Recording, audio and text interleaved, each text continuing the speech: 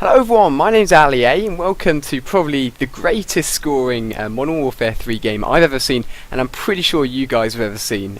This is taken from a ground war game, it's kill confirmed, and to be honest, it's just quite an average game in terms of the length of the game, the players in it. It all seems quite average until you see the final score and actually see how well this guy plays. He sent me a link on Twitter and I didn't really believe him. I was like, okay, maybe it's a 15-minute demolition game or something. Maybe it's a bit boring, maybe he's sniping at the back of a map or something, gets extremely lucky, but he's just started the game here. It's 30 seconds into the match and he has a Predator missile already. He's using the assault package and he utilizes the assault package really well. I've talked to him a little bit about the game style he has, how he plays, so I've got loads of tips from him to pass on to you guys. Loads of thoughts about how I think he plays as a player, and I honestly think this is going to be a really enjoyable video, and if you'd like to favourite it, that would really help me out. But again, it's always up to you guys if you want to do that. It's just the add to and favourites button. So let's jump into some tips that he sent me.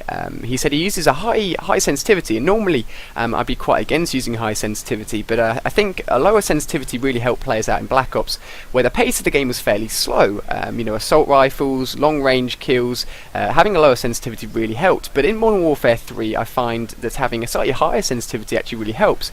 You run into a lot of close quarter combat situations. You have to adjust your aim really quickly and really suddenly in this game, and he's actually playing on sensitivity 8, and I've recently moved my sensitivity up to 7. It's been really helping me out. I've been having a lot more fun rushing with a higher sensitivity, and it's something I would recommend if you're quite an aggressive player and you don't use the high sensitivity already. And the greatest thing he did here was actually the start of the map. Being aggressive at the beginning and pulling off a good aggressive move at the beginning can set you en route to an amazing game, and not only does this set him en route to an amazing game, but the whole game is an amazing game.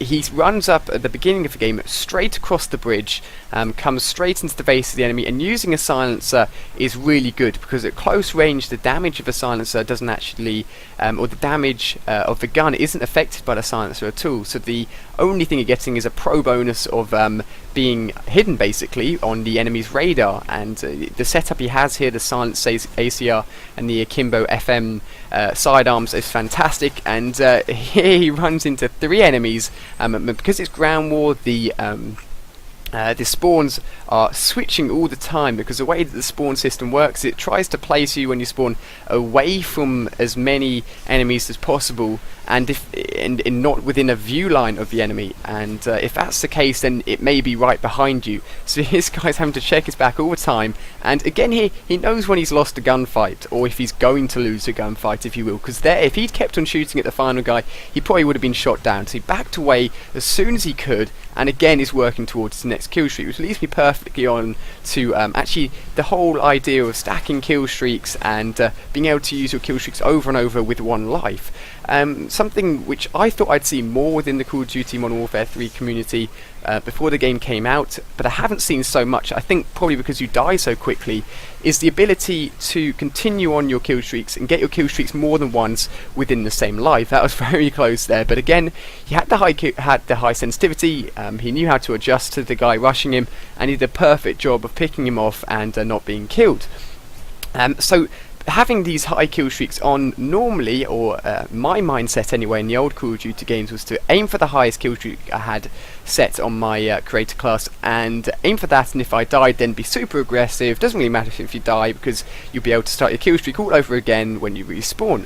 However, this guy, he has a perfect mindset. He knows what's going to happen, that if he gets the highest kill streak and keeps on killing enemies, he's going to keep on building up his kill streaks over and over. And so once he gets to his pave low, I won't give away how many times he gets it in one game, but it's a fantastic amount. Once he gets to his pave low, he's still in the mindset of killing more enemies and building up his point streak again. One thing to note though, if you guys don't know, if you get to the top and you go back down to your lowest kill streak again, if you have a kill streak not in use and get the kill streak a second time, it'll disappear. So make sure you're using all your kill streaks, not necessarily as soon as possible, but making sure you're not getting 2 of them, otherwise you will lose the initial one, and you don't want that happening. So make sure you avoid that. But he does a perfect job here of realising where the enemy spawns are, and he's checking his back all the time. It may appear at times to be slightly campy, but in honesty, I hate that term. I think campy is just stupid. He played this strategically, like, perfectly. He couldn't have done anything better. You know, it's a 74-own gameplay. I don't think you can play it much better than that. But knowing the spawns is something that really will help you out, and the Learn the Spawn series I'm hoping to do for Modern Warfare 3 is something that should kick off shortly when I have enough time to put that all together, get all the footage. But because of the spawn switching all the time, it sort of alternates between him being within the spawn basically and him being on the complete opposite side of the spawn. And as you can see there in the top left, the radar was filled with red dots, and the worst thing you could have done there is just sprinted into them.